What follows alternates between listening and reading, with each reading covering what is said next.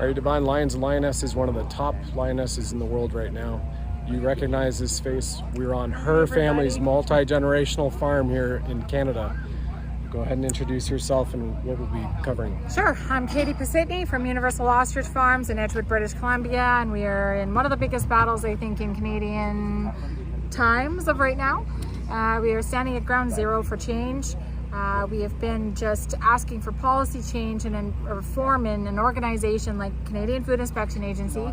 That is such an important organization in Canada, but we have lost a trust within the Canadian people and this organization.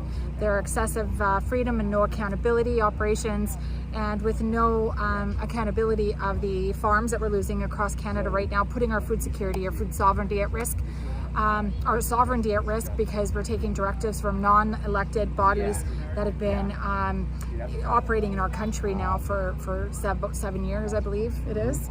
That is the World Health Organization and the United Nations with One Health Agenda, and we're just fighting for change. And what we're proving right now is that we don't need to wait for government here. You can rely on each other, and with unity we can bring change. So we're going to stick together and hopefully protect a lot of life here at Universal Ostrich Farms, and it starts with almost 400 souls out there, those ostriches that can change humanity with viruses and diseases in the future with their amazing antibodies. Right, and I'll share the video in a moment. So I was learning from Karen, Katie's mom, and then Katie as well as the other part owner behind us here, Dave, at the farm, that this is an international issue too, not just because it's here at ground zero that's actually getting the issue out there. President Trump met with Dr. Oz and RFK Jr. for dinner last night. This issue's brought up there because the ostriches back in the day had antibodies that could also be a natural cure for a certain type of Wu flu that came through here.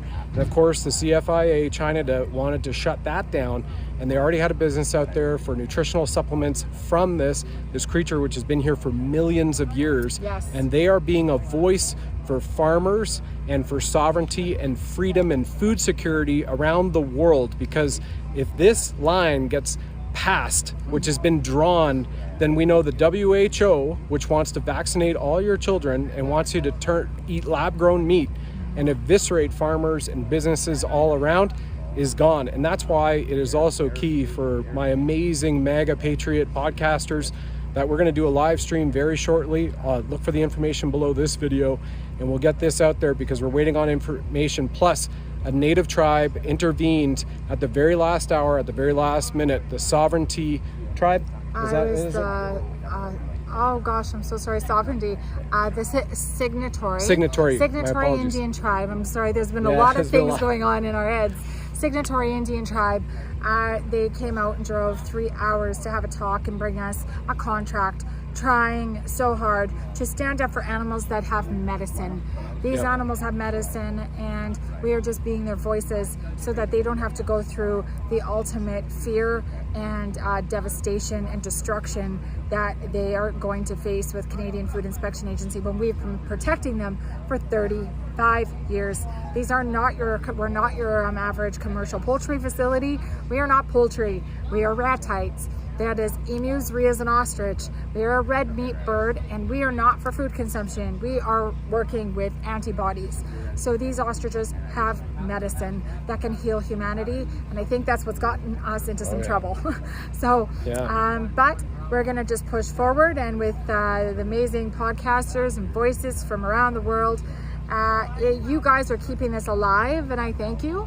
I thank you because being here and being part of this, it just shows the strength in all of us in Canada, but not just in Canada, internationally, and coming together for a really, really important cause that will have a ripple effect for decades to come for your children, your grandchildren, and humanity. Absolutely. And she was born on the farm here, this multi-generational farm. Grandchildren are here.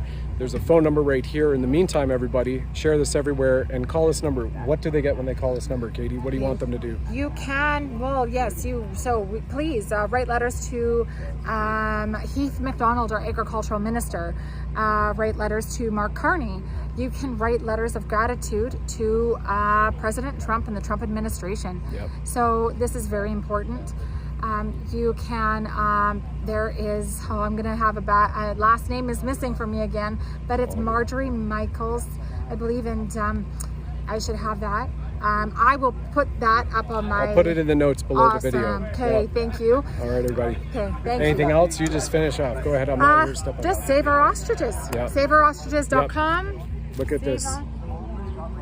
People coming from around, and it's going to be packed this weekend. It is, and we hope to see you. There's going to be live music, lots of love, and that energy is going to pour all the way out into those ostriches and out to the world. So come and join us. And thank you, First Nations, for stepping in to help save them so Thank far. you.